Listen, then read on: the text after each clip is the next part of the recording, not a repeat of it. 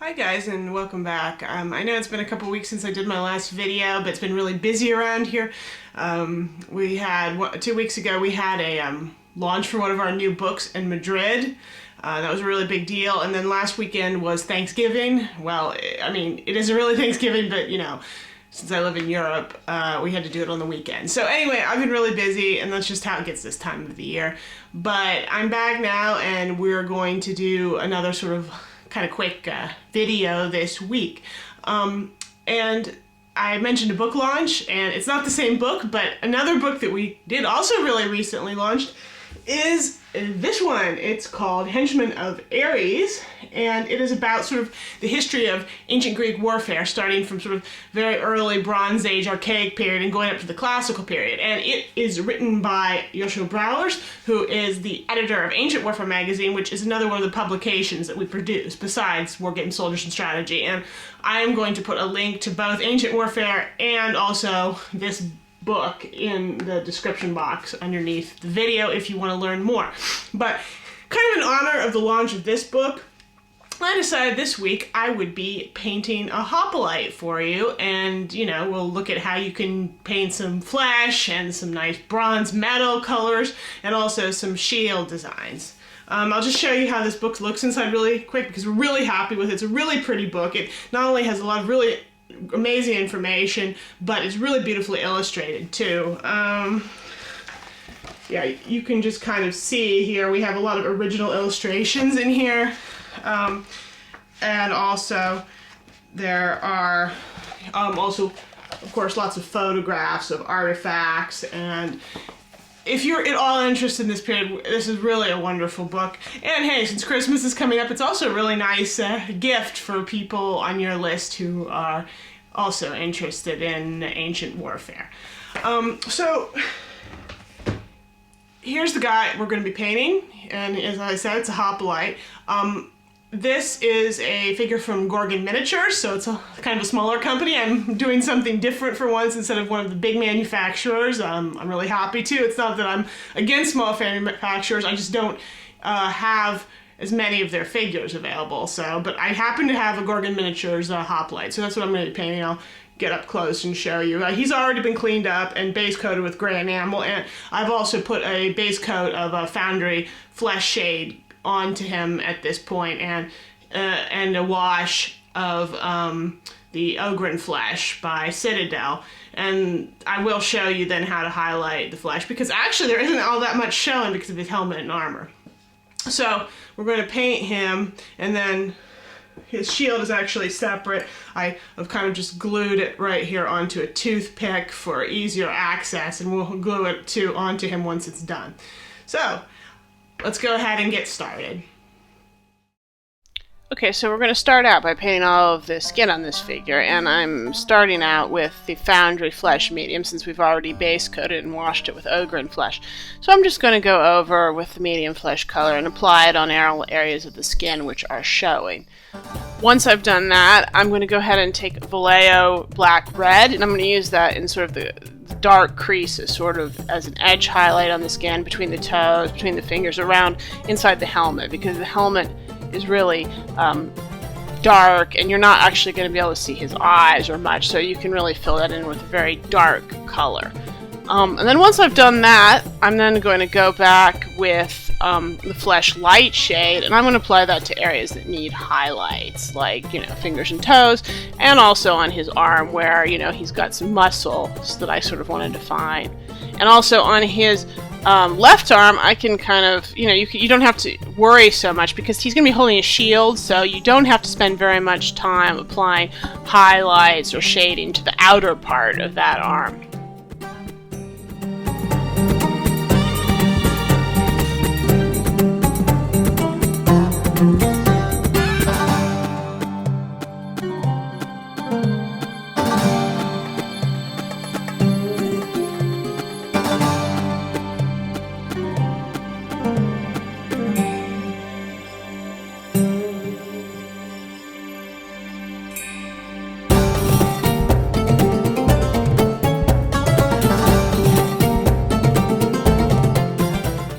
Finally, I'm going to finish up the flesh by using Boneyard Light to highlight areas that are really important, like fingers and sort of the bulges in his arms where he has muscles and his lips and stuff, just to give some extra definition and contrast to the figure. Now we're going to start painting the tunic, and for that I'm going to be using the Foundry Madder Red Triad, because hey, you can't do better than that if you want sort of an ancient shade of red.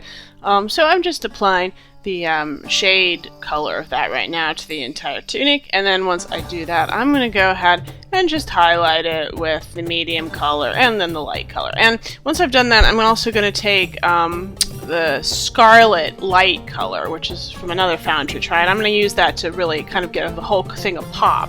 The beauty and the disadvantage of reds, of course, is that they're usually pretty transparent, so it's annoying when you're trying to build up a lot of paint really quickly, but if you want to get some really nice subtle layers going, it's really nice, and that is what I'm trying to do here. So the transparency of red is really helpful. So I can take that really light scarlet color and layer it over the top of my tunic, and it'll just make it add a nice brilliance and richness to the color without making it appear too brilliant or saturated, even though it is basically kind of a fire engine red shade. So now it's time to kind of work on the meat and potatoes of this figure, which is really the bronze armor. And there's a lot of areas of it: the greaves, the breastplate, the pommel and hilt of the sword, the helmet, and also a lot of the shield. So I'm going to go ahead and start out by base coating all these metal areas. I'm going to take Vallejo bronze, and I'm going to mix it with Vallejo German camouflage black brown to get sort of a nice, deep, rich metallic color. And I know I say I normally don't like painting metallics, especially when I have to use Vallejo paints because they don't coat well, but bronze is kind of an exception. That, for whatever reason, that paint is more pigmented, it just goes on easier, so it's usually not such a big deal. So we're going to go ahead and put a base coat on all of those areas. After that, I'm going to move on to applying a thin layer of just sort of watered down pure bronze onto all of the areas, and I'll build it up basically in parts where I think it needs to be a little bit stronger.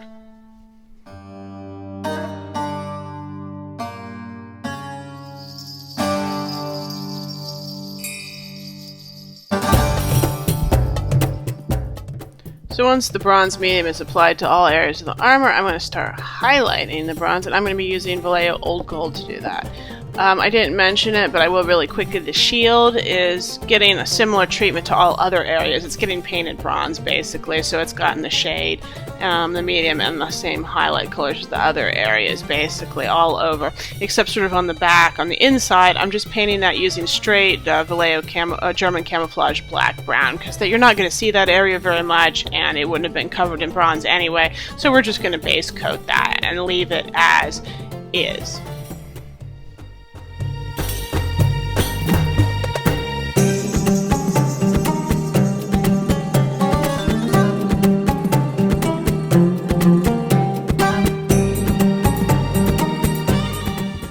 And yeah, here indeed you can see me painting the shield, and I'm not going to worry too much about painting the central bulge of the shield. I'm really only going to focus on adding the highlight colors to the edges and to the rim, because that central area is going to be painted a color and get a motif on it later on, so we don't really have to spend too much time worrying about that. And then to get some real brilliance to the metal, I'm adding a final highlight where I'm going to take that old gold and I'm going to mix it into some Vallejo silver, mostly silver. And I'm going to apply that only on the areas of the armor that I really want to pop out, like sort of the seams, the sort of the knees of the greaves, the top of the helmet, you know, and on the shield, just on the top of the rim. So just areas I really want to get some real light on, really make stand out.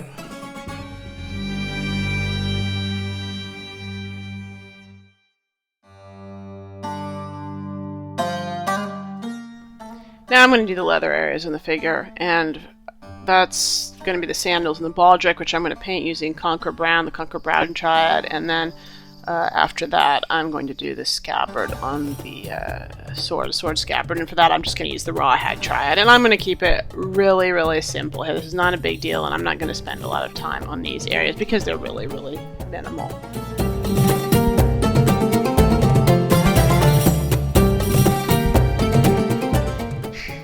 Now I'm going to work on the white areas of the figure, which include the crest holder seen here, and also the blanket, the shield blanket. And for those, I'm really going to just use the basic Foundry Boneyard Triad, and I'm going to use pure white as also as a sort of extra high highlight, because I don't want it to be kind of muddy or too dull looking, which is what you would go just pure Boneyard. The shield blanket, in case you didn't know, is basically a piece that hangs down below the shield. You see it in some base paintings and other primary sources, and it probably was used to help deflect missile weapons and, you know, just make it a little bit harder to hit the hoplite on his legs or under the shield. Because it was just sort of this extra distraction.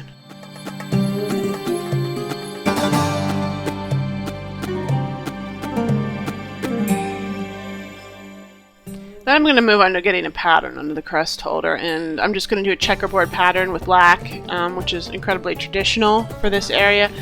It is a little bit fiddly. Depending on the thickness of your crest holder, this may be easier or harder to achieve. In this case, it's actually pretty hard because it's not a very thick crest holder, so I'm having to flub it a little bit. I'm going to go ahead and apply the black paint, and then I'm going to have to go back over it. In fact, I'm going to end up making multiple passes in order to clean up the edges of both the black and the light areas of that. And I'm also going to go ahead and paint the crest, and I'm going to do that first by base coating it with black, like you see here.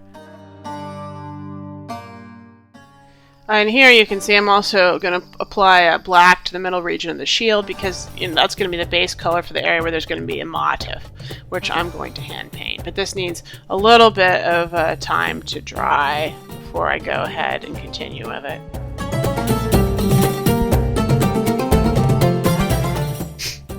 At this point, I'm going to highlight the crest, and I'm going to use Foundry Charcoal Black Medium and Charcoal Black Light to do that. And what I'm doing is basically applying it sort of the tops of the horsehair crest, or the sculpted areas. And obviously when you do this, it is going to get down in the cracks a little bit, no matter how hard you try to avoid it. So after I've applied it, I'm then going to go back over it and take some of the black, which I'm going to thin down, not quite to a wash, but very thin, and I'm going to apply that really at the base of the horsehair crest, and also into all sort of the creases, and sort of blend it outwards. So the end effect is that I'm going to kind of end up with definition in the creases, and also just generally a dark color towards the base of the crest, and then have it sort of get lighter towards the top and on the top, where I'm actually going to leave it quite light. Now I'm working on the shield more, and as you can see, I've taken it off the toothpick so I can just work on the flat surface. And what I've done is I've taken the charcoal black medium, and I'm using that to highlight the shield, and I've thinned it down, so I'm sort of putting it at the top of the shield and sort of blending it downwards and letting it dry in between. But because I'm taking layers of black paint and sort of mixing it wet on the shield, I can get a nice sort of transition from a lighter gray at the top where the light's hitting down to the dark at the base. And here you can see I'm also going to put a little bit of a design onto the shield cloth, and it's just real simple. I'm just going to use black, and I'm going to put sort of a crenellation pattern, some stripes. And I'm not even going to bother painting the back because it's not important and you're not even really going to see it.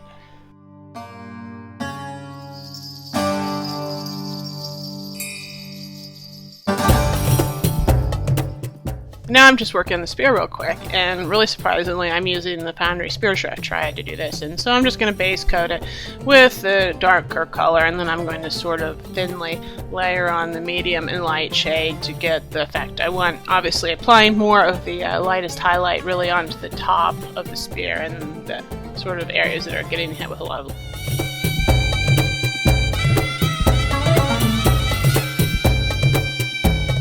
I'm really quickly going to paint the steel or iron areas on the guy, which is the spear point, and little tacks, which are holding the blanket of the shield in place. And I'm going to use natural steel, Vallejo natural steel, mixed with black as the base coat on those areas. And then once I've done that, I'm going to highlight it using natural steel and then a little silver, especially sort of on the top edge of the spear point, where it's going to be getting a lot of light.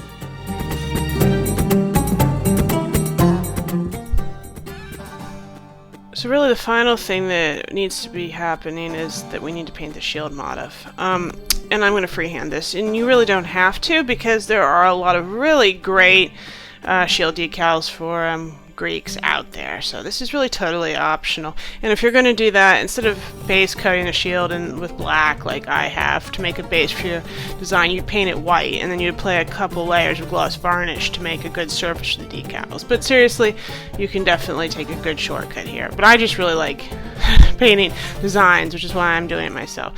And this design is actually based on one from a shield decal set, as it so happens. It's going to be sort of a minotaur head, or a bull's head, I guess. And I'm just blocking in the base, which is in white, and I'm using medium boneyard to do that. And the sort of the top half of the design I'm going to also repaint white because of the light hitting the top of the shield. And once I've got the base color in, then I'll use black and sort of the medium charcoal color to go in and define the shape better and add in some outlines and some details to the face.